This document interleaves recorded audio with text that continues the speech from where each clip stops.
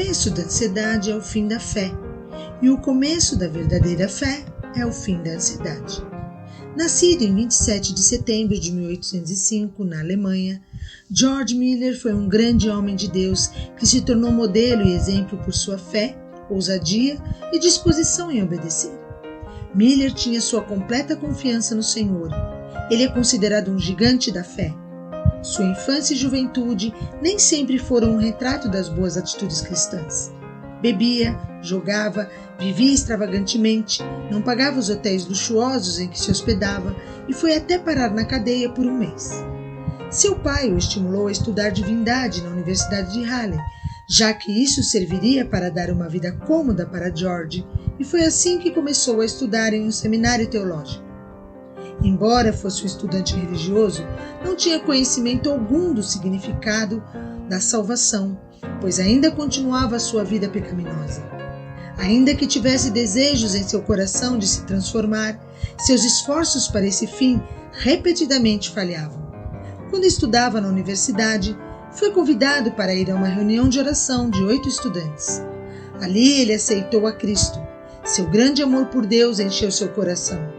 Nunca se esqueceu deste culto, em que viu pela primeira vez crentes orando ajoelhados. Ficou profundamente comovido com o ambiente espiritual, a ponto de buscar também a presença de Deus, costume esse que não abandonou durante o resto da vida. George voltou para casa com grande alegria no coração. Deus havia começado uma obra de graça em seu coração e este foi o começo de uma mudança em sua vida. A partir disso, Miller desfez as amizades pecaminosas, começou a ler a Bíblia e a orar. O resultado disso, disse George, foi a primeira tarde que me tranquei em meu quarto para entregar-me à oração e meditação sobre as Escrituras. Em poucas horas, aprendi mais do que havia aprendido durante os vários meses anteriores. Mas a diferença particular era que recebi genuínas forças para minha alma. Ele tinha interesse em alcançar judeus e viajou a Londres para juntar-se à Sociedade Judaica de Missões. Foi nesses dias, depois de sentir-se chamado para ser missionário, que passou 2 meses hospedado no famoso orfanato de A. Adel Frank. Foi assim que George Miller, o novo pregador, recebeu nessa visita a inspiração que o levou mais tarde a fundar seu orfanato sobre os mesmos princípios. Durante um breve descanso em 1829, no ocidente da Inglaterra, Miller encontrou e iniciou uma amizade para toda a vida com Henry Craig. Miller e Craig foram usados por Deus para fundar instituições, igrejas e associações que causaram impacto a centenas de milhares de pessoas ao redor do mundo. Em 1830, no ocidente da Inglaterra, Miller também encontrou-se e casou-se com Mary Groves, que se tornou uma verdadeira companheira e sustentáculo nos anos seguintes. 3 semanas depois de seu casamento, Miller e sua esposa decidiram abrir mão de seu salário como pastor de uma pequena congregação e depender exclusivamente de Deus para suas necessidades. Já desde o início, ele tomou a posição que manteria durante todo o seu ministério, de nunca revelar suas necessidades às pessoas e de nunca pedir dinheiro de ninguém, somente de Deus. Ao mesmo tempo, decidiu que também nunca entraria em dívida por motivo algum e que não faria reservas, nem guardaria dinheiro para o futuro.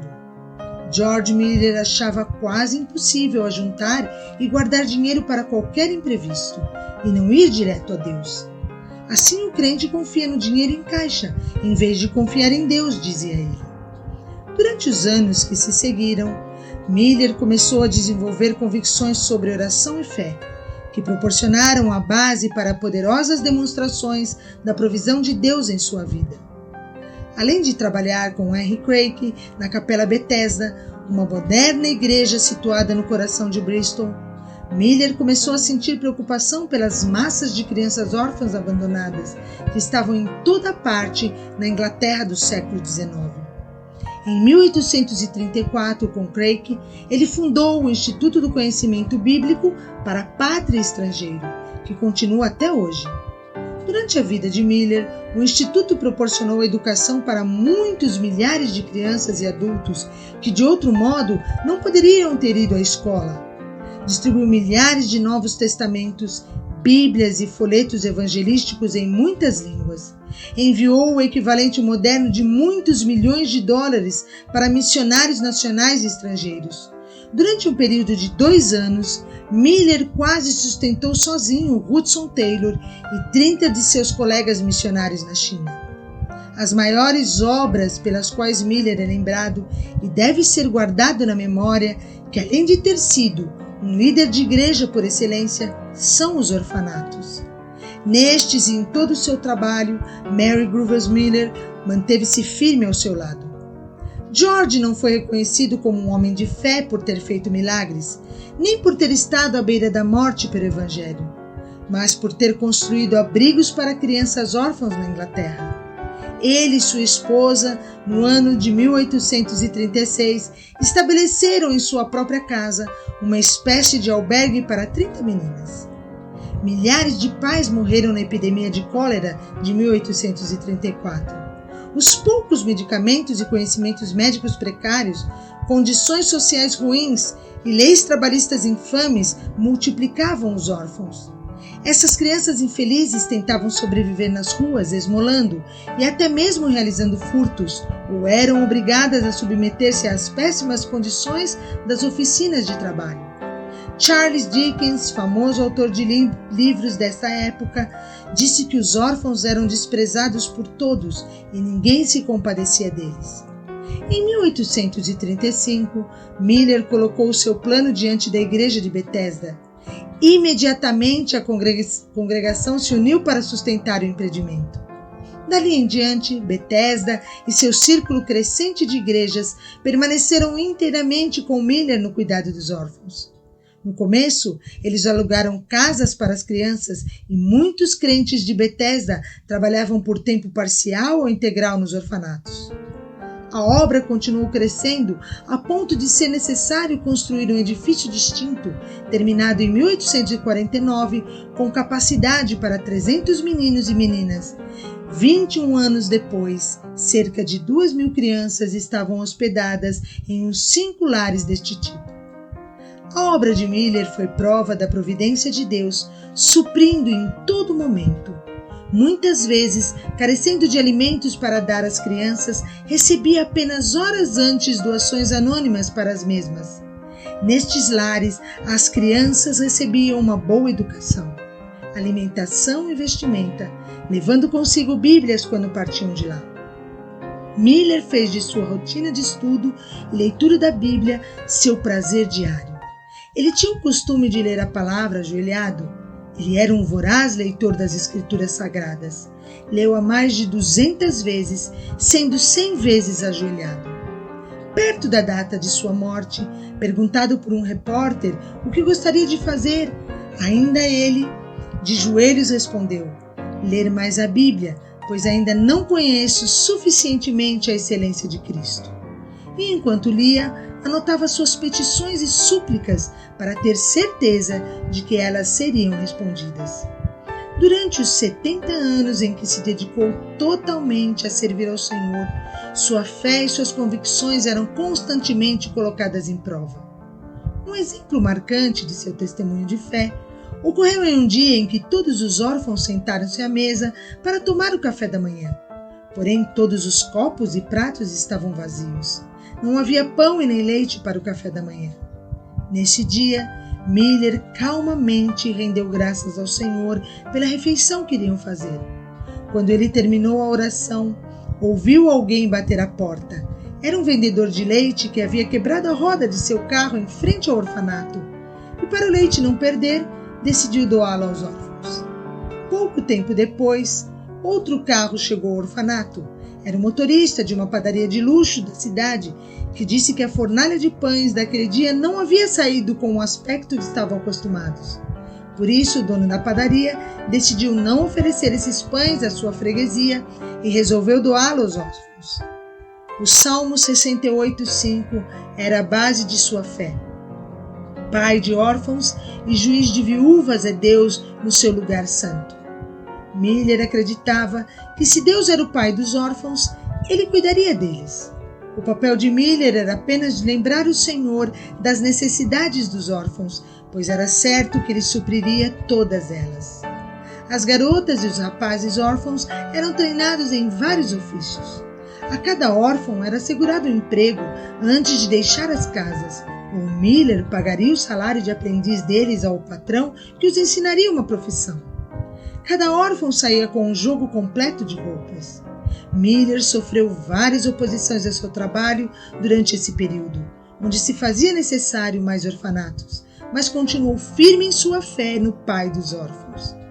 Um homem que vivia próximo dos orfanatos disse que sempre ele sentia dúvidas sobre o Deus vivo vindo à sua mente.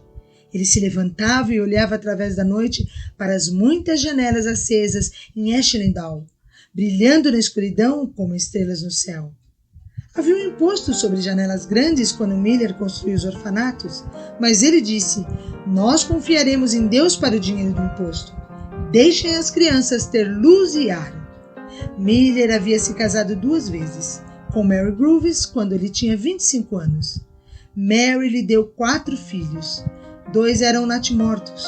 Um filho, Elias, morreu quando tinha 1 ano de idade. Mary Grooves morreu em 1870, acometida de febre reumática. Lydia, sua segunda filha, casou-se com James Wright, que o sucedeu como chefe da instituição. Morreu em 1890, com 57 anos. Durante sua juventude, George Miller queria ser missionário, mas não teve condições por causa de uma doença. No entanto, depois de se casar com Susanna Sanger em 1872, aos 69 anos, ele inicia uma série de viagens missionárias cujos destinos incluem os Estados Unidos, a Índia, a China e a Austrália. Pregou centenas de vezes em 42 nações a mais de 3 milhões de pessoas, retomando para a Inglaterra em 1892. O estimado evangelista Carlos Inglis contou a respeito de George Miller. Quando vim pela primeira vez à América, faz 31 anos, o comandante do navio era devoto tal que jamais conheci. Quando nos aproximamos da Terra Nova, ele me disse: "Sr. Inglis, a última vez que passei aqui, há 5 semanas, aconteceu uma coisa tão extraordinária que foi a causa de uma transformação de toda a minha vida de crente. Até aquele tempo, eu era um crente comum. Havia a bordo conosco um homem de Deus, o Sr. George Miller, de Bristol. Eu tinha passado 22 horas sem me afastar da ponte de comando, nem por um momento, quando fui assustado por alguém que me tocou no ombro. Era o Sr. George Miller. Houve então entre nós o seguinte diálogo: "Comandante", disse o Sr. Miller, "vim dizer-lhe que tenho que estar em Quebec no sábado à tarde." Era quarta-feira. "Impossível", respondi. "Pois bem, se o seu navio não pode levar-me, Deus achará outro meio de transporte. Durante 57 anos, nunca deixei de estar no lugar à hora em que me achava comprometido. Teria muito prazer em ajudá-lo, mas o que posso fazer? Não há meios. Vamos aqui dentro para orar", sugeriu. Olhei para aquele homem e disse a mim mesmo: "De qual casa de doidos escapou este? Nunca eu ouvira alguém falar deste modo." "Sr. Miller, o senhor vê como é espessa esta neblina?" "Não", respondeu ele, "os meus olhos não estão na neblina, mas no Deus vivo que governa todas as circunstâncias da minha vida." O Sr. Miller caiu de joelhos e orou da forma mais simples possível. Eu pensei, é uma oração como a de uma criança de 8 ou 9 anos. Foi mais ou menos assim que ele orou: "Ó Senhor, se for da tua vontade, retira esta neblina dentro de 5 minutos. Sabes como me comprometi a estar em Quebec no sábado. Creio ser isso a tua vontade." Quando findou, eu queria orar também, mas o Sr. Miller pôs a sua mão no meu ombro e pediu que não o fizesse, dizendo: "Comandante, primeiro, o senhor não crê que Deus faça isso. E, em segundo lugar, eu creio que ele já o fez. Não há, pois, qualquer necessidade de o senhor orar nesse sentido. Conheço o comandante, meu senhor, há 57 anos, e não há um dia em que eu não tenha audiência com ele. Levante-se, por favor, abra a porta e verá que a neblina já desapareceu." Levantei-me, olhei e a neblina havia desaparecido. No sábado à tarde, George Miller estava em Quebec. Sua esposa Susana, sempre fiel e que o ajudara a levar a carga dos orfanatos e apropriar-se das promessas de Deus em oração, lado a lado com ele, durante quase 40 anos. Quando faleceu, milhares de pessoas assistiram ao seu enterro, das quais cerca de 1.200 eram órfãos. Com a idade de 90 anos, pregou o sermão fúnebre da sua segunda esposa, como fizera na morte da primeira. No ano de 1898, com a idade de 93 anos, na última noite, antes de partir para estar com Cristo, sem mostrar sinal de diminuição de suas forças físicas, deitou-se como de costume. Na manhã do dia seguinte, foi chamado, na expressão de um amigo, ao receber as notícias que assim explicam a partida. O querido ancião Miller desapareceu do nosso meio para o lar. Quando o mestre abriu a porta e o chamou ternamente, disse: "Vem." Os jornais publicaram, meio século depois da sua morte, a seguinte notícia: o orfanato de George Miller em Bristol permanece como uma das maravilhas do mundo. Desde a sua fundação em 1836, a cifra que Deus tem concedido unicamente em respostas às orações sobe a mais de 20 milhões de dólares e o número de órfãos ascende a 19.935, segundo o jornal The Bristol Mercury. Foi a maior personalidade que Bristol conheceu como cidadão nesta geração. George Miller era um homem comum, mas sua fé inegável e confiança total em Deus e seu amor a Ele têm o mesmo impacto no mundo hoje do que quando ele partiu. Sua vida continua sendo uma inspiração para todos aqueles que entregaram sua vida para Deus. E para todos nós, continua sendo mais uma daquelas vidas que inspiram.